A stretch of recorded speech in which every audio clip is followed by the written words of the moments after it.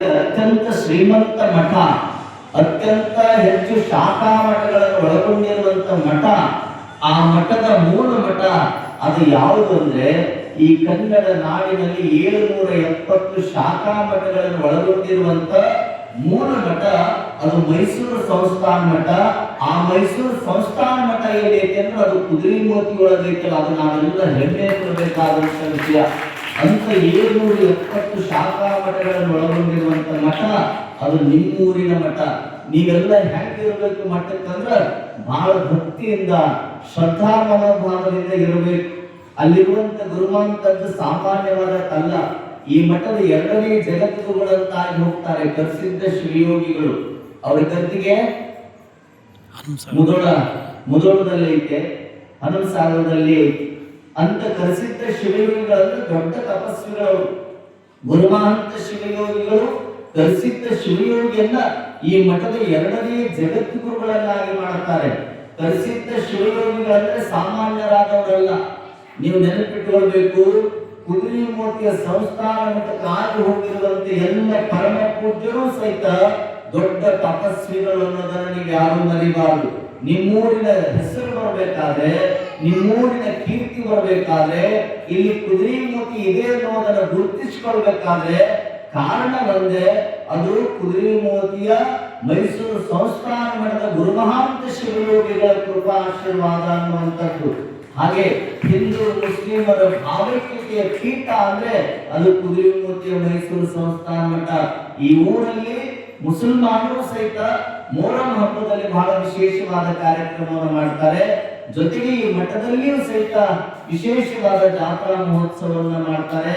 ಒಂದು ಕಡೆ ಬರೀ ಪ್ರಸಾದ ಮಾಡಿ ತೇರು ಎಳೆದು ಹೋಗೋದಲ್ಲ, ಕುದುರೆಮೋತಿಯ ಸಮಸ್ತ ಸದ್ಭಕ್ತರಿಗೆ ಒಂದಿಷ್ಟು ಆಧ್ಯಾತ್ಮದ ಹಸಿವನ್ನ ಹಿಂಗಿಸಬೇಕು ಅನ್ನೋದಕ್ಕಾಗಿ 21 ದಿನಗಳ ಪರ್ಯಂತ ನಿಮಗಾಗಿ ಪ್ರವಚನವನ್ನು ನೆರವೇರಿಸಿದವರು ಯಾರಂದ್ರೆ ಜಗದ್ಗುರು ಮಹಾಸಲಿಗೆಯವರು. ಅದಕ್ಕೆ ನೀವು ತಿಳ್ಕೊಳ್ಬೇಕು, ಇದು ಅವರಿಗಾಗಿ ಅಲ್ಲ, ಇದು ನಮಗಾಗಿ, ನಮ್ಮ ಒಳಿತಿಗಾಗಿ, ನಮ್ಮ ಬದುಕಿಗಾಗಿ ಅನ್ನುವಂತ ಮಾತನ್ನ ಅರ್ಥ ಮಾಡಿಕೊಂಡು ನೀವೆಲ್ಲ ಮಠಕ್ಕೆ ಬರಬೇಕಂತ. ಒಂದೂರೊಳಗ ಹೇಳ್ತೈತಿ ಶಾಸ್ತ್ರ, ಊರಿಗೆ ಮಠ ಇರಬೇಕು. ನೀವು ಅಂತೀರಿಲ್ಲ ಆಡು ಭಾಷೆಯಲ್ಲಿ ಏನೇನಿರ್ಬೇಕು, ಊರಾಗ ಮನೆ ಇರಬೇಕು, ಮನೆಗೊಬ್ಬರು ಯಜಮಾನ್ರು ಇರ್ಬೇಕು ಅಂತೇಳಿ. ಊರಿಲ್ಲಾರ್ದ ಮಠ ಇರ್ಲಾರ್ದ ಊರಲ್ಲ, ಅಗಸಿ ಬಾಗಿಲು ಇರ್ಲಾರ್ದ ಊರಿಲ್ಲ, ಜೊತೆಗೆ ಮನೆಯ ಹಿರಿಯರು ಇರ್ಲಾರ್ದು, ತಂದೆ ತಾಯಿಗಳಿರ್ಲಾರ್ದು ಮನೆಯಲ್ಲ ಅಂತ ಹೇಳ್ತಾರೆ. ಹಂಗೆ ನಿಮ್ಮೂರೊಳಗೂ ಸಹಿತ ಮಹಾನ್ ತಪಸ್ವಿಗಳ ಶ್ರೀಮಠ ಐತಿ ಅಂದ್ರೆ ನೀವೆಲ್ಲರೂ ಹೆಮ್ಮೆಯಿಂದ ಹೇಳಿಕೊಳ್ಬೇಕು. ಯಾವ ಊರವರು ನೀವು ಅಂದ್ರೆ ಕುದುರೆಮೋತಿಯವರು. ಕುದುರೆಮೋತಿಯೊಳಗೆ ಏನ್ ವಿಶೇಷ ಐತೆ ಅಂದ್ರೆ ಮೈಸೂರು ಮಹಾರಾಜನಿಗೆ ರೋಗ ಬಂದಂತ ಸಂದರ್ಭದಲ್ಲಿ ಔಷಧಿಯನ್ನು ಕೊಟ್ಟು ಗುಣಪಡಿಸಿರುವಂತ ಮಹಾನ್ ಸ್ವಾಮಿಗಳ ಊರವರು ನಾವು ಅನ್ನುವಂತ ಹೆಮ್ಮೆಯಿಂದ ನೀವೆಲ್ಲ ಹೇಳಿಕೊಳ್ಬೇಕು. ಅಂತ ದೊಡ್ಡ ಶಕ್ತಿ ಮೈಸೂರು ಅರಮನೆಯ ಮಹಾರಾಜ ಕನ್ನಡ ನಾಡಿನಲ್ಲಿ ಹಲವಾರು ರಾಜ ಮನೆತನಗಳಿಗೆ ವಂಶ ಉದ್ಧಾರವನ್ನು ಮಾಡಿರುವಂಥದ್ದು, ರಾಜರಿಗೆ ಮಕ್ಕಳನ್ನು ಒದಗಿಸಿರುವಂಥದ್ದು, ನೀಡಿರುವಂತ ಶಕ್ತಿ ಯಾವುದಕ್ಕಿದೆ ಅಂದ್ರೆ ಅದು ಕುದುರೆಮೂರ್ತಿ ಮೈಸೂರು ಸಂಸ್ಥಾನ ಮಠದ ಪರಮ ಪೂಜ್ಯರಿಗಿದೆ ಅನ್ನೋದನ್ನ ನಾವು ಮರಿಬಾರದು. ಅಂತ ಜಗದ್ಗುರು ಮಹಾಸಲಿಗೆಯವರ ಪೀಠದ ಪರಂಪರೆಯೊಳಗೆ ನಾವೆಲ್ಲ ಶಿಷ್ಯರಾಗಿ ಅಂದ್ರೆ ನಮ್ಮಂತ ಪುಣ್ಯವಂತರಿಲ್ಲ ಅನ್ನೋದನ್ನ ನಾವು ತಿಳ್ಕೊಂಡು ಪ್ರತಿನಿತ್ಯ ಶ್ರೀಮಠಕ್ಕೆ ಬರೋದು, ಪರಮ ಪೂಜ್ಯರ ದರ್ಶನ ಮಾಡಿಕೊಳ್ಳೋದು. ಅದಕ್ಕೆ ಮಠ ಬೇಕಂತ ಯಾವಾಗಲೂ ನೀವೆಲ್ಲ ಬಹಳ ಚಲೋ ಅದಿರಿ ಅನ್ಸುತ್ತ, ಶ್ರೀಮಂತರ ಇದ್ರಿ ಅನ್ಸುತ್ತ. ನಿಮ್ಮ ಮನೆ ಮುಂದೆ ಒಂದೊಂದು ಗಾಡಿಗಳು ನಿಂತಾವಲ್ಲ, ಬೈಕ್ ಅದಾವ, ಶ್ರೀಮಂತರಿದ್ದಾವ, ಕಾರ್ ಅದಾವ, ಫ್ಯಾಕ್ಟ್ರಿಗಳದಾವ, ಏನೆಲ್ಲ ಅದಾವಲ್ಲ, ಅವು ಎಲ್ಲ ಕೆಟ್ಟ ಏನ್ ಮಾಡ್ತೀರಿ? ಕೆಟ್ಟ ಏನ್ ಮಾಡ್ತೀರಿ? ಎಲ್ಲರೂ ಹೋಗಿ ಬಸ್ ಸ್ಟ್ಯಾಂಡ್ ನಿಲ್ಲಿಸ್ತಾರೆ. ಗಾಡಿ ಕೆಟ್ಟಿತ್ತಂದ್ರೆ ಏನ್ ಮಾಡ್ತೀರಿ? ಹೇಳ್ರಿ, ಏನ್ ಮಾಡ್ತೀರಿ? ಗುಜರಿಗೆ ಹಾಕ್ತಾರೆ ಅಥವಾ ಏನಿಗೆ ಹೋಗ್ತೀರ? ಗ್ಯಾರೇಜ್ ಹೋಗ್ತಿರಲ್ಲ. ನಿಮ್ ಮನೆ ಮುಂದೆ ನಿಂತಿರುವಂತ ಗಾಡಿ ಕೆಟ್ಟಿತ್ತು ಅಂದ್ರೆ ಗ್ಯಾರೇಜ್ ಹೋಯಕ್ಕೆ ಪ್ರಯತ್ನ ಪಡ್ತೀವಿ. ಗ್ಯಾರೇಜ್ ಹೋಗ್ತೀರಿ, ಗ್ಯಾರೇಜ್ ಹೋಗಿ ಬಂದ್ರೆ ಚಲೋ ಬೇಕಲ್ಲ ಗಾಡಿ, ಚಲೋ ಬೇಕ.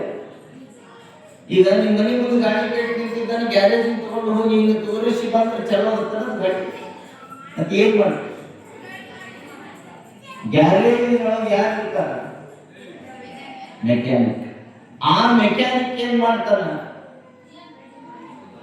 ಯಾವ್ದು ಖರಾಬ್ ಆಗಿರ್ತದ ಪಾರ್ಟ್ಸ್ ಅನ್ನ, ಆ ಪಾರ್ಟ್ಸ್ ಅನ್ನ ತೆಗೆದು ಚಲೋ ಪಾರ್ಟ್ಸ್ ಹಾಕಿದ್ಮೇಲೆ ಆ ಗಾಡಿ ರಿಪೇರಿ ಆಗ್ತದ. ಆ ಗಾಡಿನ ನೀವು ಹಚ್ಕೊಂಡು ನೀವು ಕುಷ್ಟಿಗೆರ ಹೋಗ್ಬೋದು, ಬೇವರಿಗೆರ ಹೋಗ್ಬೋದು, ಕೊಪ್ಪಳಕ್ಕೆ ಹೋಗ್ಬೋದು, ಬಿಟ್ಟು ದಿಲ್ಲಿಗೆರ ಹೋಗ್ಬೋದು. ಹೌದಾ? ಹೌದಾ? ಗಾಡಿ ಕೆಟ್ಟ ಗಾಡಿಯನ್ನು ರಿಪೇರಿ ಮಾಡ್ಸಕ್ ಒಂದು ಗ್ಯಾರೇಜ್ ಬೇಕು. ಗ್ಯಾರೇಜ್ ಹೋಗಿ ರಿಪೇರಿ ಆಗುದಿಲ್ಲ, ಆ ಗ್ಯಾರೇಜ್ ಒಳಗೊಬ್ಬ ಮೇಸ್ತ್ರಿ ಇರಬೇಕು. ಮೇಸ್ತ್ರಿ ಏನ್ ಮಾಡ್ತಾನೆ ಅಂದ್ರೆ ಅವಾಗ ರಿಪೇರಿ ಮಾಡ್ತಾನೆ. ಕೆಟ್ಟ ಭಾಗವನ್ನ ಪಾರ್ಟ್ಸ್ ಅನ್ನ ತೆಗೆದು ಯಾವಾಗ ರಿಪೇರಿ ಮಾಡ್ತಾನೆ ಅವಾಗ ಗಾಡಿ ನಿಮ್ ಕೈಯಾಗ ಬರ್ತೈತೆ, ನೀವು ಎಲ್ಲಿ ಹೋಯ್ತಿರಲ್ಲಿ ಬರ್ತಲ್ಲ. ಹಾಗೆ ಆ ಗಾಡಿಗೆ ಗ್ಯಾರೇಜ್ ಬೇಕು, ಗ್ಯಾರೇಜ್ ಒಬ್ಬ ಮೇಸ್ತ್ರಿ ಬೇಕು. ಮೇಸ್ತ್ರಿ ರಿಪೇರಿ ಮಾಡಿದ ಮೇಲೆ ಆ ಗಾಡಿ ಹಂಗೆ ಶುದ್ಧ ಆಗ್ತೈತಲ್ಲ, ಈ ಬಾಡಿಗೂ ಸಹಿತ ಒಂದು ಗ್ಯಾರೇಜ್ ಬೇಕು. ಆ ಗ್ಯಾರೇಜ್ ಯಾವ್ದಂದ್ರೆ ಕುದುರೆಮುಖಿ ಒಳಗಿರುವಂತ ಜನರ ಬಾಡಿಗೆ ಗ್ಯಾರೇಜ್ ಯಾವ್ದಂದ್ರೆ ಅದು ಮೈಸೂರು ಸಂಸ್ಥಾನ ಮಠ ಅನ್ನುವಂಥ ಒಂದು ಮಠ ಗ್ಯಾರೇಜ್ ಇದ್ದಂಗೆ. ಬರೀ ಗ್ಯಾರೇಜ್ ಇದ್ರೆ ಸಾಕು, ಆ ಗ್ಯಾರೇಜ್ ಒಳಗೊಬ್ಬ ಮೆಕ್ಯಾನಿಕ್ ಇರ್ಬೇಕಲ್ಲ. ಹಂಗ ನಿಮ್ಮೂರಿನ ಶ್ರೀಮಠದ ಗ್ಯಾರೇಜ್ಗೆ ಮೆಕ್ಯಾನಿಕ್ ಯಾರು ಅಂದ್ರೆ ಜಗದ್ಗುರು ಮಹಾಸನಿಗಳು ವಿಜಯ ಮಹಾಂತ ಮಹಾಸ್ವಾಮಿಗಳು ನಿಮ್ಮೂರಿನ ನಿಮ್ಮ ಮಠದ ನಿಮ್ಮ ಗ್ಯಾರೇಜಿನ ಒಬ್ಬ ಶ್ರೇಷ್ಠ ಮೆಕ್ಯಾನಿಕ್ ಅವರು. ಆ ಗಾಡಿನ ಯಾವಾಗ ಕೆಟ್ಟದ್ದನ್ನ ತೆಗೆದು ಹಾಕಿದ ಮೇಲೆ ಗಾಡಿ ಸುಟ್ಟ ಆಗ್ತದಲ್ಲ, ಹಂಗ ನಿಮ್ಮಲ್ಲಿರುವಂತ ಅವಗುಣಗಳನ್ನು ಕಳೆದು ನಿಮ್ಮನ್ನ ಭಗವಂತನತ್ತ ಕರ್ಕೊಂಡು ಹೋಗುವಂತ ಮಾದರಿಯೊಳಗ ನಿಮ್ಗೆಲ್ಲರಿಗೂ ಸಹಿತ ವರ್ಷದಾಗ ಒಂದು ದಿನ ಈ ಜಾತ್ರೆಯ ನಿಮಿತ್ತವಾಗಿ ನಿಮ್ಗೇನು ಈ ಪುರಾಣ ಪುಣ್ಯಕತೆಯ ಪ್ರವಚನಗಳು ಅನ್ನುವಂಥವುಗಳನ್ನು ಹೇಳ್ತಾರಲ್ಲ, ಇದು ನಿಮ್ಮ ಬಾಡಿಗೆ ಸರಿಯಾದ ವಿಷಯವನ್ನು ಹಾಕಿದಾಗ ಈ ಬಾಡಿಗೂ ಸಹಿತ ಭಗವಂತನನ್ನ ಕೂಡ್ತದ, ಗುರುಮಹಂತನನ್ನ ಕೂಡ್ತದ ಅನ್ನುವಂಥ ಮಾತಿನೊಳಗ ನಾವು ಅರ್ಥೈಸಿಕೊಂಡು ಇಂಥ ಕಾರ್ಯಕ್ರಮದಲ್ಲಿ ನಾವೆಲ್ಲ ಭಾಗಿಗಳಾಗಬೇಕು. ನೀವೆಲ್ಲ ಸೋಮವಾರ ಮಂಗಳವಾರ ಮಾತೆಯರಂತಾರೆ. ಯಾಕ ಅತಿ ಹೆಚ್ಚು ಮಾತಾಡುತ್ತ ಮಾತೆಯರಂತ. ನೀವೆಲ್ಲರೂ ಮಂಗಳವಾರ ಬಂದ್ರೆ ಏನ್ ಮಾಡ್ತೀರಿ? ಶುಕ್ರವಾರ ಬಂದ್ರೆ ಏನ್ ಮಾಡ್ತೀರಿ? ಮಂಗಳಗೌರಿ ಶುಕ್ರಗೌರಿ ಅಂತ ಮಾಡ್ತೀರಿ ನೀವು? ಮಾಡೋಲ್ಲ. ಮಂಗಳಗೌರಿ ಶುಕ್ರಗೌರಿ ಅಂತ ಮಾಡ್ತೀರಿ, ಸಂಕಷ್ಟಿ ಅಂತ ಮಾಡ್ತೀರಿ, ಜೊತೆಗೆ ದೀಪಾವಳಿ ಬಂದ್ರ ಮಹಾಲಕ್ಷ್ಮಿ ಪೂಜೆ ಅಂತ ಮಾಡ್ತೀರಿ. ಮಹಾಲಕ್ಷ್ಮಿ ಪೂಜೆ ಮಾಡ್ಬೇಕಾದ್ರ ಮಂಗಳಗೌರಿ ಶುಕ್ರಗೌರಿ ಮಾಡ್ಬೇಕಾದ್ರ ಉಡಿ ತುಂಬುವಂತ ಸಂದರ್ಭದಲ್ಲಿ ನೀವು ಹೋಗಿ ಹೇಳಿ ಬರ್ತಿರ್ಲಿಲ್ಲ. ಹೆಂಗ್ ಹೋಗ್ತೀರಿ ಹೇಳ್ರಿ? ಮಂದಿಗೆ ದಿನ ಹೇಳಕ್ ಹೋಗ್ತಿರ್ಲಿಲ್ಲ. ಹೆಣ್ಮಕ್ಳಿಗೆ ಉಡಿ ತುಂಬಿಸ್ಕೊಳ್ಳೋದು ಕೇಳಲ್ಲ, ನಿಮ್ರ ಮಾಡೋದಿಲ್ಲ, ಮಾಡ್ತೀರಿ. ಶುಕ್ರಗೌರಿ ಇದ್ರ ಮಂಗಳಗೌರಿ ಇದ್ರು ಹೋಗ್ತೀರಿ. ಬೆಳಗ್ಗೆ ಹೋಗಿ ನಾಳೆ ನಮ್ಮ ಮನೆಗೆ ಉಡಿ ತುಂಬಿಸ್ಕೊಳಕ್ ಬರ್ಬೇಕು ಅಂತ ಕುಂಕುಮ ಅರಿಶಿನ ಹಚ್ಚಿ ಅವ್ರಿಗೆಲ್ಲ ಹೇಳಿ ಬರ್ತಿರಿಲ್ಲ. ಅವ್ರು ಉಪವಾಸ ಇರ್ತಾರ. ಯಾಕ? ನಿಮ್ ಮನೆಗೆ ವಿನಾಯಕ್ ಬರೋದು. ಅವ್ರಿಗೆ ಹೋಗಿ ಹೇಳಿ ಬರ್ತೀರಿ ಏನಂತ? ನೋಡು, ನಾಳೆ ಮಂಗಳಗೌರಿ ಪೂಜೆ ಮಾಡಕ್ ಹತ್ತೀವಿ, ಇಲ್ಲ ಲಕ್ಷ್ಮೀ ಪೂಜೆ ಮಾಡಕ್ ಹತ್ತೀವಿ, ಶುಕ್ರಗೌರಿ ಪೂಜೆ ಮಾಡಕ್ ಹತ್ತೀವಿ. ನಾಳೆ ನೀನು ಒಪ್ಪತ್ತಿದ್ದು ಒಂದತ್ತಿದ್ದು ನಮ್ಮ ಮನೆಗೆ ಬಂದು ಉಡಿ ತುಂಬಿಸ್ಕೊಂಡು ಪ್ರಸಾದ ಮಾಡಿ ಹೋಗ್ಬೇಕು ಅಂತ ಹೇಳಿ ಬರ್ಬೇಕಾದ್ರೆ ಕೈಯಾಗ ಅರಿಶಿನ ಕುಂಕುಮ ಹಿಡ್ಕೊಂಡು ಹೋಗಿರ್ತಿಲ್ಲ. ಅದ್ರ ಗಲ್ಲಕ್ಕೆ ಹಚ್ಚಿ ಹಣಿಗೆ ಹಚ್ಚಿ ಹೇಳಿ ಬರ್ತೀವಿ. ಹೌದಾ? ಹೇಳ್ತೀರಿ ಇಲ್ಲ? ಹೇಳಲ್ಲ. ಹ್ಞೂ ಅವ್ರಂದ್ರೆ ಇಲ್ಲ ಹೇಳ್ತೀರಿ. ಆ ಹೇಳಿದ ಮೇಲೆ ಅವ್ರು ಏನ್ ಮಾಡ್ತಾರ? ನಿಮ್ಮ ಮನೆಗೆ ಗೊತ್ತಾಗಿಲ್ಲ, ಬಂದ ಮೇಲೆ ನೀವು ವ್ಯವಸ್ಥೆ ಮಾಡ್ತಾರೆ. ಹೋದಲ್ಲ? ಹಂಗ ನಾಳಿಂದ ನೀವ್ ಏನ್ ಮಾಡ್ಬೇಕಂದ್ರ ನೀವು ಎಲ್ಲರೂ ನಿಮ್ ಮನೆ ಮಕ್ಕಳು ಯಾರಿರ್ತಾರ ಕುಂಕುಮ ತಗೋರಿ, ಅರ್ಶನ ತಗೋರಿ, ಅವ್ರ ಗಲ್ಲಕ್ಕೆ ಹಚ್ಚಿ ಅವ್ರ ಹಣಿಗೆ ಹಚ್ಚಿ ನಡ್ರಿ ನಾಳೆ ಅಜ್ಜವ್ರ ಮಠದಾಗ ಪುರಾಣ ನಡೆದೈತಿ, ಪುರಾಣ ಕೇಳಕ್ ಹೋಗನ್ ಬರ್ರಿ ಅಂತ ಅವ್ರಿಗೆ ಅರ್ಶನ ಹಚ್ಚಿ ಕರ್ಕೊಂಡು ಬರುವಂತ ಕೆಲಸ ಮಾಡ್ಬೇಕು ಅನ್ನುವಂಥದ್ದನ್ನು ಹೇಳ್ತಾ ನೀವೆಲ್ಲರೂ ಶ್ರೀಮಠಕ್ಕೆ ಸದಾ ಕಾಲ ಭಕ್ತಿಯಿಂದ ಯಾರು ದುಡ್ಕೊಳ್ತೀರೋ, ಯಾರು ನಡ್ಕೊಳ್ತೀರೋ ಅವ್ರಿಗೆ ತಪಶಕ್ತಿ ಗ್ಯಾರಂಟಿ ಒಲಿತಾರೆ. ಅವರ ಬದುಕು ಬಂಗಾರವಾಗ್ತೈತಿ ಅನ್ನುವಂಥ ಮಾತುಗಳನ್ನು ನಾವು ತಿಳ್ಕೊಳ್ಬೇಕು. ಬಹಳಷ್ಟು ನೆನಪಿರ್ಲಿಲ್ಲ. ದೊಡ್ಡ ದೊಡ್ಡ ಮಠಗಳಿಗೆ ಹೋಗಿ ಸೇವಾ ಮಾಡೋದಕ್ಕಿಂತ ನಮ್ಮ ಹಿತ್ತಲ ಗಿಡದ ಮದ್ದಲ್ಲ ಅನ್ನುವಂಗ ನಾವು ಬದುಕಬಾರ್ದು. ನಮ್ಮೂರೊಳಗೂ ದೊಡ್ಡ ಶಕ್ತಿ ಇದೆ, ನಮ್ಮೂರೊಳಗೂ ತಪಶಕ್ತಿ ಇದೆ ಅನ್ನೋದನ್ನು ನಾವು ಮರಿಬಾರ್ದು. ಯಾವ ಭಕ್ತ ಭಕ್ತಿಯಿಂದ ಬಂದು ಗುರುಮಾಂತರ್ಜನ ಗದ್ದಿಗೆ ನಮಸ್ಕಾರ ಮಾಡ್ತಾರೆ, ಅವನ ಬದುಕೇ ಬದಲಾಗುತ್ತಾ ಅನ್ನೋದನ್ನ ನಾವು ಮರಿಬಾರ್ದು. ನಿಮ್ಗೊಂದು ಉದಾಹರಣೆ ಹೇಳಿ, ಇವತ್ತಿನ 12 1 ಮಟ್ಟ ನಾಯಿ ಹುಡುಗಲ್ಲ. ಇವತ್ತು ಹೇಳೋದು ಒಂದು ಉದಾಹರಣೆ, ಬೈಲಹೊಂಗಲ ಹತ್ರ ಗುರು ಹೊಸೂರು ಅಂತ ಬರ್ತಾರೆ. ಆ ಗುರು ಹೊಸೂರಿನಲ್ಲಿ ಚಿದಂಬರ ದೀಕ್ಷಿತ್ ಅಂತ ಆಗಿ ಹೋಗ್ತಾರೆ. ಸೇವಾ ಮಾಡೋದ್ರಿಂದ ಹೇಳ್ತೀನಿ, ಸೇವಾ ಶ್ರೀಮಠದ ಸೇವಾ ಮಾಡಿದ್ರು ತಪ್ಪಲ್ಲ, ಆ ಸೇವಾದಲ್ಲಿ ದೊಡ್ಡ ಫಲ ಇದೆ ಅಂತ ಹೇಳಕತ್ತೀವಿ. ಗುರು ಹೊಸೂರಿನಲ್ಲಿ ಚಿದಂಬರ ದೀಕ್ಷಿತ್ ಹೇಗಿದ್ರಂದ್ರೆ, ಈಗೇನು ಗುರುಮಾತ್ಮ ಸ್ವಾಮಿಗಳು ಕರ್ಸಿದ್ದ ಮಹಾಶ್ರೀಗಳು ತಮ್ಮೂರಿನ ಏನು ಪೀಠಾಧಿಪತಿಗಳಿದ್ರಲ್ಲ, ಅವರಷ್ಟೇ ಸತ್ಯವನ್ನ ಹೇಳ್ತಿದ್ರು, ಅವರಷ್ಟೇ ತಪಸ್ಸನ್ನು ಆಚರಿಸಿದ್ರು. ಅವರು ಏನು ಹೇಳ್ತಿದ್ರು ಅದೆಲ್ಲ ಸತ್ಯಕ್ಕಿತ್ತು, ಅವ್ರ ಮಾತು ಒಂದು ಹುಸಿ ಹೋಗ್ತಿದ್ದಿಲ್ಲ. ಆ ಸಂದರ್ಭದಲ್ಲಿ 15 ವರ್ಷ ಆಗಿತ್ತು, ಓರ್ವ ದಂಪತಿಗಳಿಗೆ ಮದುವೆಯಾಗಿ ಮಕ್ಕಳೇ ಆಗಿದ್ದಿಲ್ಲ. ಮಕ್ಕಳಾಗಲಾರದಂತ ಸಂದರ್ಭದಲ್ಲಿ ಎಲ್ಲಾ ವೈದ್ಯರಿಗೆ ತೋರಿಸಿದ್ರು ದಂಪತಿಗಳು. ಯಾವ್ಯಾವ್ದು ಕಾಡು ಔಷಧಿ ಇತ್ತು, ಯಾವ್ಯಾವ್ದು ನಾಟಿ ಔಷಧಿ ಇತ್ತು, ಎಲ್ಲವನ್ನ ತೆಗೆದುಕೊಂಡ್ರು ಸಹಿತ ಒಟ್ಟ ಅವರಿಗೆ ಡಾಕ್ಟರ್ಸ್ ಎಲ್ಲ ಹೇಳೋದೇನಂದ್ರೆ ನಿಮಗೆ ಮಕ್ಕಳಾಗ್ತವು ಅಂತಿದ್ರು. ಆದ್ರೆ ಮಕ್ಕಳಾಗ್ಲಿಲ್ಲ.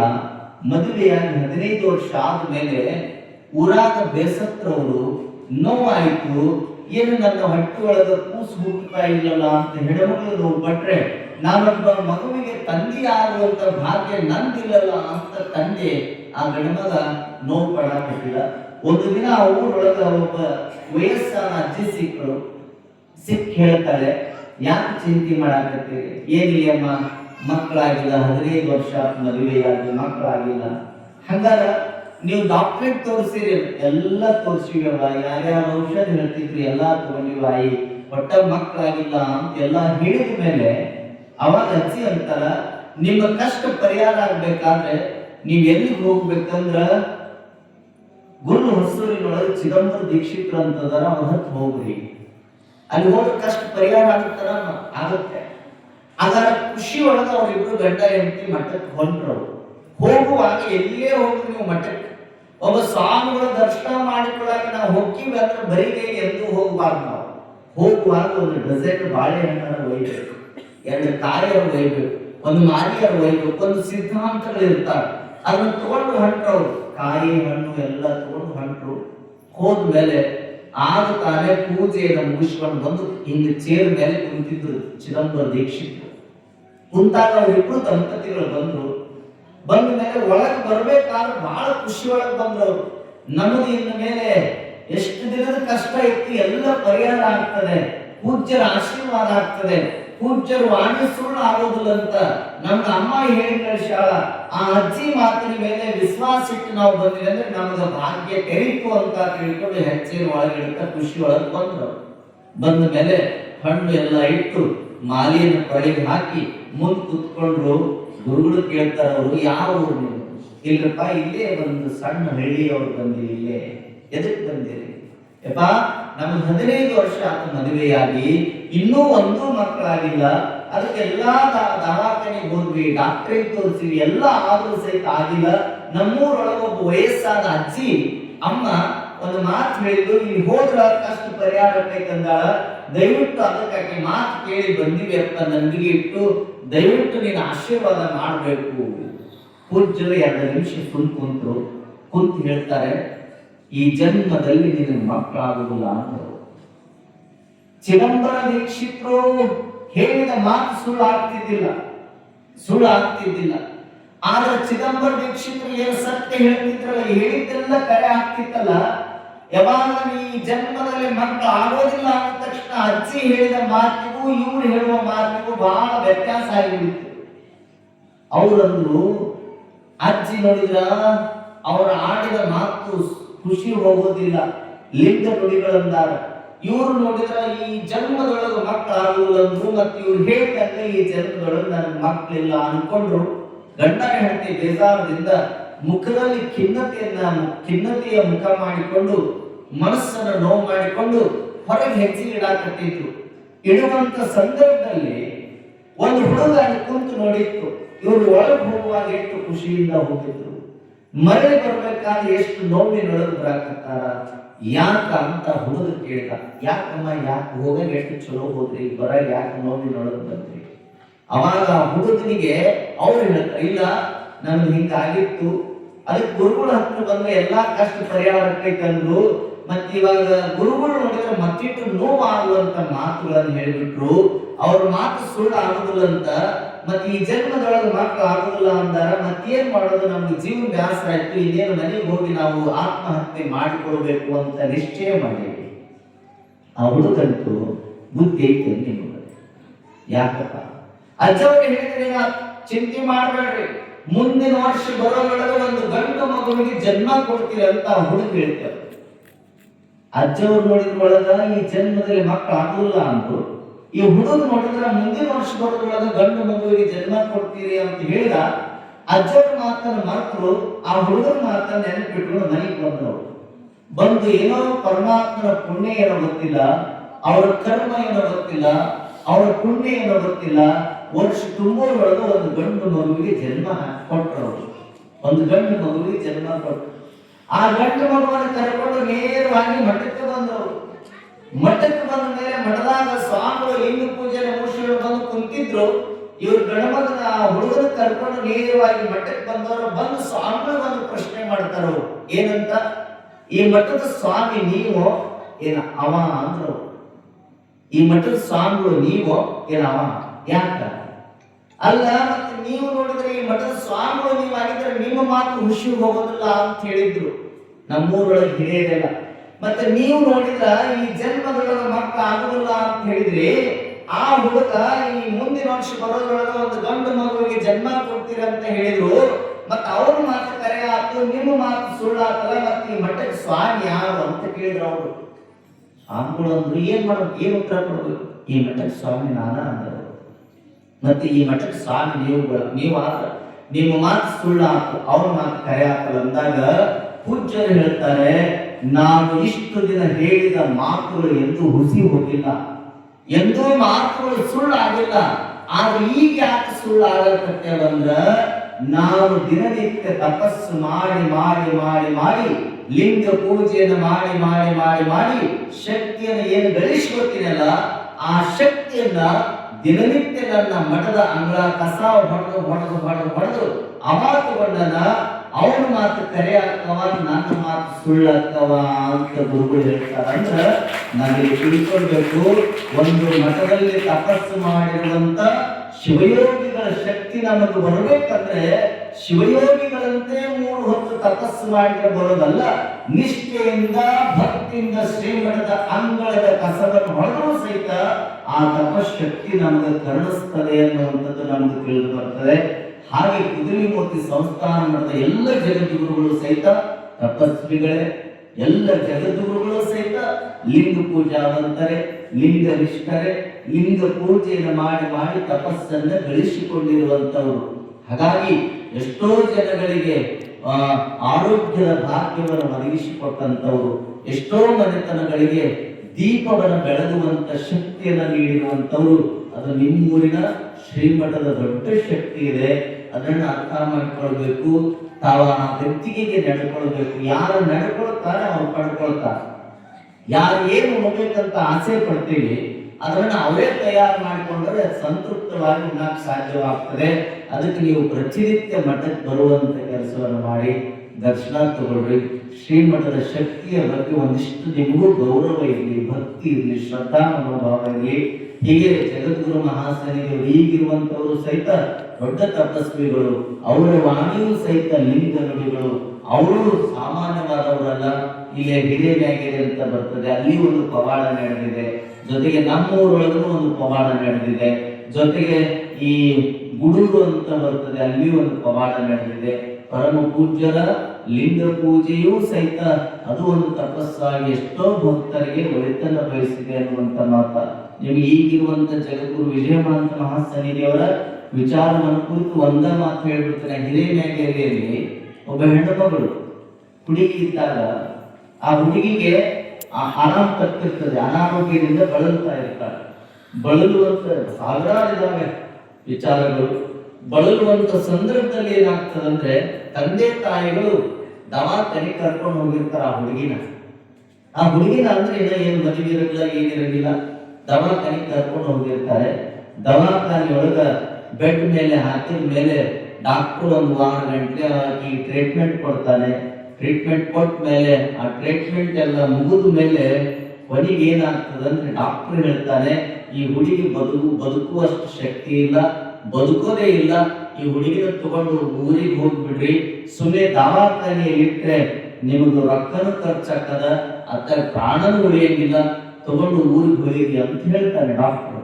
ಆ ಡಾಕ್ಟರ್ ಮಾತನ್ನ ಕೇಳಿ ಊರಿಗೆ ತಗೊಂಡು ಬರ್ತಾರೆ, ಊರಿನೊಳಗೆ ಹಾಕ್ತಾರೆ. ಇರೋಷ್ಟು ದಿನ ಆ ಹುಡುಗಿನ ನೋಡಿಕೊಡಿ, ಅದು ಎಂದ ಕಣ್ಣು ಮುಚ್ಚುತ್ತಾ ಅಂತ ಎಲ್ಲ ಫೈನಲ್ ಡಿಸಿಷನ್ ಮಾಡಿ ಡಾಕ್ಟರ್ ಕೊಟ್ಟು ಕಳಿಸಿರ್ತಾನೆ. ಆ ಡಾಕ್ಟರ್ ಹೇಳಿದ ಮಾತನ್ನ ತಿಳ್ಕೊಳ್ಳೋ ತಂದೆ ತಾಯಿಗಳು ಮಗಳನ್ನ ತಂದು ಮನೆಯೊಳಗೆ ಹಾಕಿರ್ತಾರೆ. ಹಾಕಿದಂತ ಸಂದರ್ಭದಲ್ಲಿ ಆ ತಂದೆ ತಾಯಿಗಳು ಒಂದು ಸಾರಿ ಜಗದ್ಗುರು ವಿಜಯಮಾಂತ ಮಹಾಸ್ವಾಮಿಗಳಲ್ಲಿ ಹೋದಾಗ ಅದೇ ತಂದೆ ತಾಯಿಗಳು ಬಂದು ಹೇಳಿದ ಮೇಲೆ ಅವಾಗ ಪರಮ ಪೂಜ್ಯರು ಆ ತಂದೆ ತಾಯಿಗಳಿಗೆ ಒಂದಿಷ್ಟು ಶಕ್ತಿಯನ್ನು ಕೊಟ್ಟು ಒಂದಿಷ್ಟು ಅವರಿಗೆ ಸಾಂತ್ವನದ ಮಾತುಗಳನ್ನಾಡಿ ಅವ್ರ ಮನೆಗೆ ಹೋಗಿ ಅದೇನು ಮಲಗಿರ್ತೈತಲ್ಲ ಬೆಟ್ಟ ಮೇಲೆ ಹುಡುಗಿ ಸಾಯುವ ಸ್ಥಿತಿಯಲ್ಲಿರುತ್ತದೆ, ಈಗ ಆಗೋ ಪ್ರಾಣ ಹೋಗುವಂತ ಸಂದರ್ಭದೊಳಗಿರುವಂತ ಹುಡುಗಿನಲ್ಲಿ ಹಾಕೊಂಡು ತಂದೆ ತಾಯಿಗಳು ಕಷ್ಟ ಪಡ್ತಿದ್ರಲ್ಲ ಅವ್ರ ಮಾತನ್ನು ಕೇಳಿ ಪೂಜ್ಯರು ಹೋಗ್ತಾರೆ. ಹೋಗಿ ಆ ಪೂಜ್ಯರು ತಮ್ಮ ಕೈಯಿಂದ ಭಸ್ಮವನ್ನು ತೆಗೆದುಕೊಂಡು ಭಸ್ಮ ಹಚ್ಚಿಕೊಂಡು ಅಭಿಮಂತ್ರಿಸಿ ಮಂತ್ರಗಳನ್ನು ಹೇಳ್ತಾ ಮಂತ್ರಿಸಿ ಅದೇನು ಸಾಯುವಂತ ಸ್ಥಿತಿಯಲ್ಲಿರುವಂತಹ ಬಾಲಕಿಯ ಹಣಿಗೆ ಹಚ್ತಾರ. ಹಚ್ಚಿ ಆ ಬಾಲಕಿಯ ಮಸ್ತಕದ ಮೇಲೆ ಹಸ್ತವನ್ನಿಟ್ಟು ಜಪವನ್ನ ಮಾಡಿ ಮತ್ತೆ ಮಠಕ್ಕೆ ಬರ್ತಾರೆ. ಮುಂದೆ ಕೆಲವೇ ದಿನಗಳಲ್ಲಿ ಆ ಹುಡುಗಿ ಎಲ್ಲ ರೋಗದಿಂದ ವಿಮುಕ್ತಳಾಗಿ ಈಗಲೂ ಸಹಿತ ಆ ಹುಡುಗಿ ಮದುವೆಯಾಗಿ ಆರಾಮ್ ಗಂಡನ ಮನೆಯೊಳಗದಾಳೆ ಅನ್ನೋದು ನಮಗೆ ತಿಳಿದು ಬರ್ತದೆ. ಹಾಗಾಗಿ ಎರಡು ಮಕ್ಕಳು ಈಗ ಆ ಹುಡುಗಿಗೆ 2 ಮಕ್ಕಳು. ಡಾಕ್ಟರ್ನೂ ಸಹಿತ ಸಾಯ್ತಾನ ಅಂತ ಹೇಳಿ ಕಳಿಸಿರುವಂತ ಹುಡುಗಿಗೆ ಮತ್ತೆ ಜೀವವನ್ನು ಕೊಟ್ಟಿರುವಂತ ಶ್ರೇಯಸ್ಸು ಅದು ನಿಮ್ಮೂರಿನ ಮಠದ ಪರಮ ಪೂಜ್ಯರಿಗೆ ಸಲ್ತದೆ.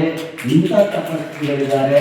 ಜೊತೆ ಮತ್ತೆ ಗುರುರಲ್ಲಿ ಒಬ್ಬನಿಗೆ ಅವನು ಕತೆ ಮುಗಿದಿತ್ತು, ಅವನು ಏನೇನು ಟಿಕೆಟ್ ಕಲಿಸುವಂತ ಅವಸ್ಥೆ, ಅವನು ಮೇಲೆ ಹೋಗುವಂತವನು, ಅವನನ್ನು ಸಹಿತ ಪರಮ ಪೂಜ್ಯರು ಮನೆಗೆ ಹೋಗಿ ಅಚಾನಕ್ ಆಕಸ್ಮಿಕ ಗುರು ಹೋದಾಗ ಹಿಂಗಾಗೈತಿ ಅಂತ ಹೇಳಿದಾಗ ಪರಮ ಪೂಜ್ಯರು ಸ್ವತಃ ಮನೆಗೆ ಹೋಗಿ ಆ ವ್ಯಕ್ತಿಯ ಹಣಿಗೆ ಭಸ್ಮಧಾರಣ ಮಾಡಿ ಅವನಿಗೂ ಆಶೀರ್ವಾದ ಮಾಡಿ ಬಂದ್ರೆ ಸಾಯ್ತಾನ ಅಂತ ತಿಳ್ಕೊಂಡಿರುವಂತ ಮಕ್ಕಳಿಗೆ ಮತ್ತೆ ಖುಷಿಯನ್ನು ತಂದು ಕೊಟ್ಟರು. ಮತ್ತೆ ಸಾಯುವಂತ ವ್ಯಕ್ತಿ ಮತ್ತೆ ಎದ್ದು ಅಡ್ಡಾಡಕ್ಕಿದ್ದ ಅನ್ನುವಂತ ಇತಿಹಾಸವನ್ನು ನಾವು ಕೇಳ್ತೇವೆ. ಅದು ಈಗಲೂ ಸಹಿತ ಬೇಕಾದ್ರೆ ನೀವು ಮ್ಯಾಗೇರಿಗೆ ಹೋಗಿ ನಿದರ್ಶನವನ್ನ ಕೇಳಿ ಬರ್ರಿ, ಸುಳ್ಳಲ್ಲ. ಅದಕ್ಕೆ ನಾ ಹೇಳೋದು, ಅಂತ ಪರಮ ಪೂಜ್ಯರ ಅಂತ ಮಹಾನ್ ತಪಸ್ವಿಗಳ ಆಶ್ರಯದಲ್ಲಿ ನಾವೆಲ್ಲ ಇದ್ದೀವಿ. ಅವರ ನೆರೆದಾಡುವಂತ ಪುಣ್ಯ ನೆಲದಲ್ಲಿ ನಾವೆಲ್ಲ ಇದ್ದೀವಿ ಅಂದ್ರೆ ನಮ್ಮಂತ ಪುಣ್ಯವಂತರು ಮತ್ತೊಬ್ರು ಇಲ್ಲ ಅನ್ನುವಂಥದ್ದನ್ನ ಅರ್ಥ ಮಾಡಿಕೊಳ್ಬೇಕು. ಭಾರತಕ್ಕೆ ಬೆಲೆ ಬಂದಿದ್ದು ಯಾವುದರಿಂದ ಅಂದ್ರೆ ದೊಡ್ಡ ದೊಡ್ಡ ಶ್ರೀಮಂತರಿಂದ ಅಲ್ಲ. ಭಾರತಕ್ಕೆ ಬೆಲೆ ಬಂದಿದ್ದು ಯಾವುದರಿಂದ ಅಂದ್ರೆ ದೊಡ್ಡ ದೊಡ್ಡ ಕಟ್ಟಡಗಳದಾವಂತಲ್ಲ. ಭಾರತಕ್ಕೆ ಬೆಲೆ ಬಂದಿದ್ದು ಯಾವುದರಿಂದ ಅಂದ್ರೆ ದೊಡ್ಡ ದೊಡ್ಡ ಅಣೆಕಟ್ಟುಗಳದಾವಂತಲ್ಲ. ಈ ಶ್ರೀಮಂತರದಾವಂತಲ್ಲ, ಅಣೆಕಟ್ಟುಗಳದಾವಂತಲ್ಲ, ಮನೆಗಳದಾವಂತಲ್ಲ, ಫ್ಯಾಕ್ಟ್ರಿಗಳದಾವಂತಲ್ಲ.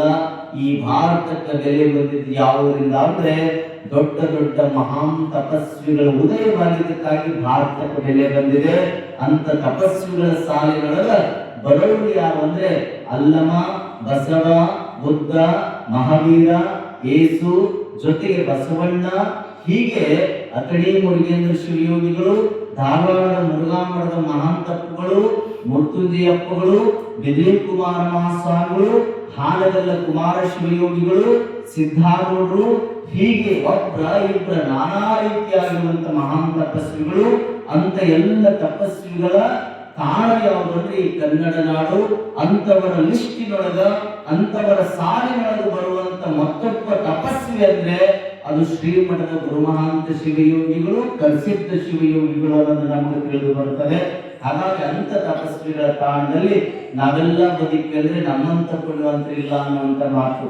ಅದಕ್ಕೆ ಹೇಳ್ತಿರ್ತಾರೆ, ಬುದ್ಧ ಹುಟ್ಟಿದಾಗಿಲ್ಲ, ಬಸವ ಹುಟ್ಟಿದಾಗಿಲ್ಲ, ಅಲ್ಲಮ್ಮ ಹುಟ್ಟಿದಾಗಿಲ್ಲ, ಹುಟ್ಟಿದಾಗಿಲ್ಲ ಇಲ್ಲ ಅಂತ ನೋವು ಪಡುವ ಬದಲು ಅವರೆಲ್ಲರೂ ನಡೆದಾಡಿ ಹೋಗಿರುವಂತ ಈ ಪುಣ್ಯ ಭೂಮಿಯೊಳಗೆ ನಾವೆಲ್ಲ ಬದುಕಿಗಳ.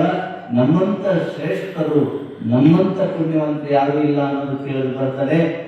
ಅದಕ್ಕೆ ನಾಳೆಯಿಂದ ಎಲ್ಲರೂ ಬರ್ತೀರಲ್ಲ, ನೀವ ಬರ್ತೀವಂತೂ ಒಂದು ಜೋರು ಚಪ್ಪಾಳೆ ತಟ್ಟೆ ಎಲ್ಲರೂ ತಟ್ಟೆ ಎಲ್ಲರೂ ಚಪ್ಪಾಳೆ ಯಾರ್ಯಾರು ತಟ್ಟಿಲ್ಲ ನಾಳೆ ರೊಟ್ಟಿ ಕಟ್ಟಕ್ಕೆ ಬರೋದು ನೋಡಿದ ಎಲ್ಲರೂ ಚಪ್ಪಾಳೆ ತಟ್ಟೆ ನೀವು ಕಟ್ಟಿದ್ರೆ ಕಟ್ಟಿರಿಲ್ಲ. ಈಗ ನಾನು ಚಪ್ಪಾಳೆ ಹೊಡಿಸಿದ್ನಲ್ಲ, ನೀವು ಚಪ್ಪಾಳೆ ಅನ್ಕೊಂಡ್ರಿ ಅದನ್ನ ಚಪ್ಪಾಳೆ ಅನ್ನೋದು. ನೀವು ಈಗ ಯಾವನಾದ್ರೂ ಸಾಯಬೇಕಾದ್ರೆ ಪ್ರಮಾಣ ಮಾಡಿಸಿರ್ತಾರೆ, ಗೊತ್ತೇ ಪ್ರಮಾಣ ಕೈ ಮೇಲೆ ಕೈ ಹಾಕಿಸ್ಕೊಂತಾರೆ. ಏನಂತೀರ ಅದಕ್ಕೆ? ವಚನ, ಪ್ರಮಾಣ, ಆಣೆ ಅನ್ನೋದಿಲ್ಲ. ಆಣೆ ಮಾಡಿ ನನ್ನ ಕೈ ಮೇಲೆ ಕೈ ಹಾಕ್ನಿ ಅಂತೀರಿ. ಈಗ ನಾನು ನಾಳೆ ಬರ್ತಿರಿಲ್ಲ ಅಂತ ಕೇಳಿ ನೀವೆಲ್ಲರೂ ನಮ್ಮ ಕೈ ಮೇಲೆ ಕೈ ಹಾಕ್ತೀರಿ, ಕೈ ಮೇಲೆ ಕೈ ಹಾಕಿ ಅಂದ್ರೆ ಭಾಳ ತಕ್ಕೈತಿ. ಅದಕ್ಕೆ ಈಗ ನಿಮ್ಮ ಕೈ ಮೇಲೆ ಕೈ ಹಾಕಿರೋದಿಲ್ಲ. ಈ ಕೈ ಎಡಗೈ ಇದು ಶ್ರೇಷ್ಠ ಕೈ ಅಂತಾರೆ. ಈ ಕೈ ಒಳಗೆ ಏನ್ ಇಡ್ತಾರೆ? ಏನಿಡ್ತಾರೆ? ಲಿಂಗ ಅಂದ್ರೆ ಎಡಗೈ ಲಿಂಗ ಇಡುವಂತ ಕೈ. ಹೌದಾ? ಈ ಕೈ ಮೇಲೆ ಚಪ್ಪಾಳಿನ ಹಿಂಗ್ ಹಾಕಿರೋ, ಹಿಂಗ್ ಹಾಕಿರೋ. ಎಡಗೈ ಮೇಲೆ ಬಲಗೈ ಹಾಕಿರೋ, ಬಲಗೈ ಮೇಲೆ ಎಡಗೈ ಹಾಕಿರೋ. ಎಡಗೈ ಮೇಲೆ ಬಲಗೈ ಹಾಕಿರೋದಲ್ಲ. ಹಂಗಾಗಿ ನೀವು ಏನ್ ಮಾಡಿರಿ?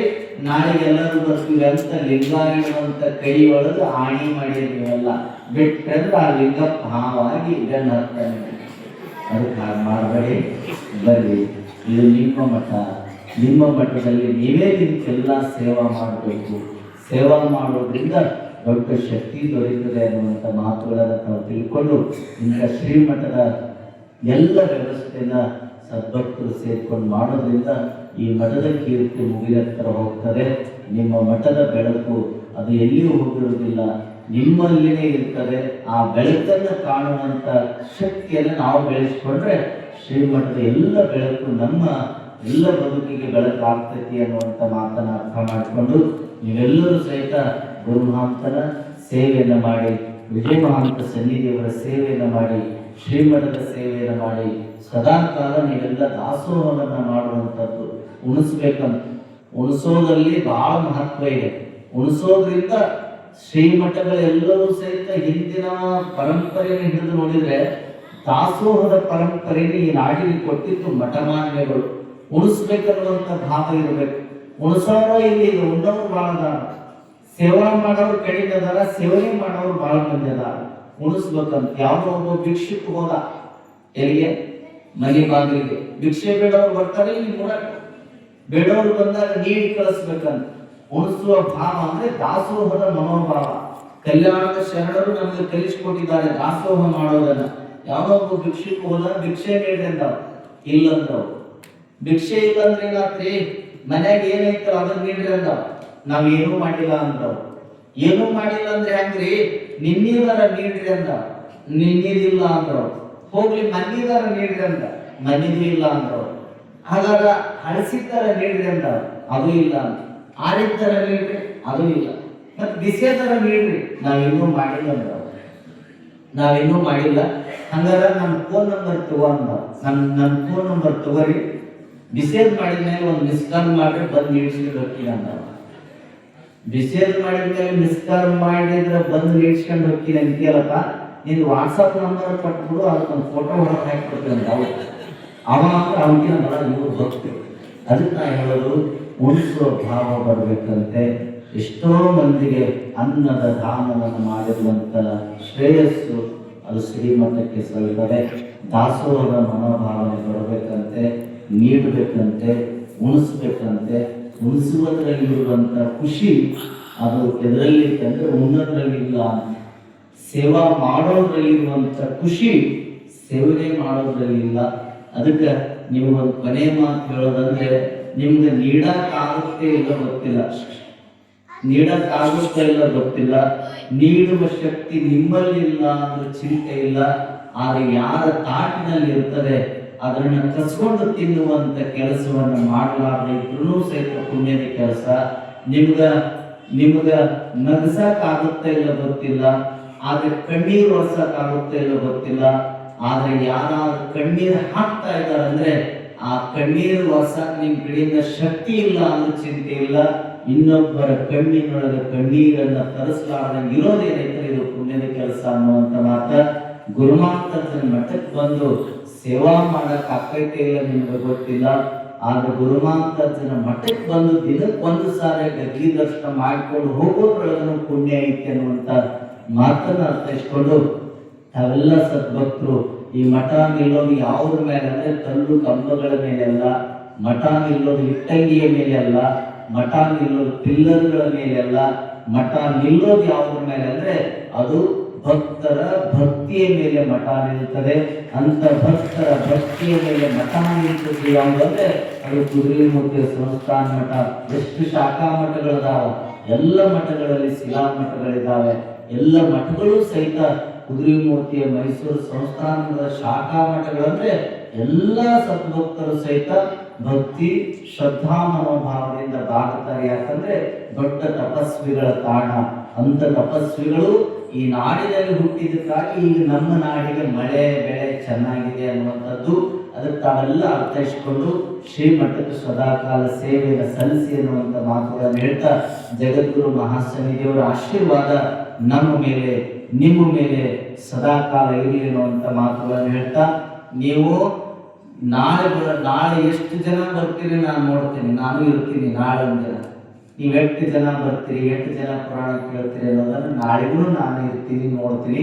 ಅದಕ್ಕೆ ದಯವಿಟ್ಟು ಎಲ್ಲರೂ ಬರ್ರಿ, ಎಲ್ಲರೂ ಶ್ರೀಮಠದ ಹೆಸರನ್ನ ಕೀರ್ತಿಯನ್ನು ತರುವಂಥ ಕೆಲಸವನ್ನು ನೀವು ಮಾಡ್ರಿ ಅನ್ನುವಂಥ ಮಾತನ್ನು ಹೇಳಿ ನನ್ನ ಎಲ್ಲ ಮಾತುಗಳಿಗೆ ವಿರಾಮ ಕೊಡ್ತೇನೆ.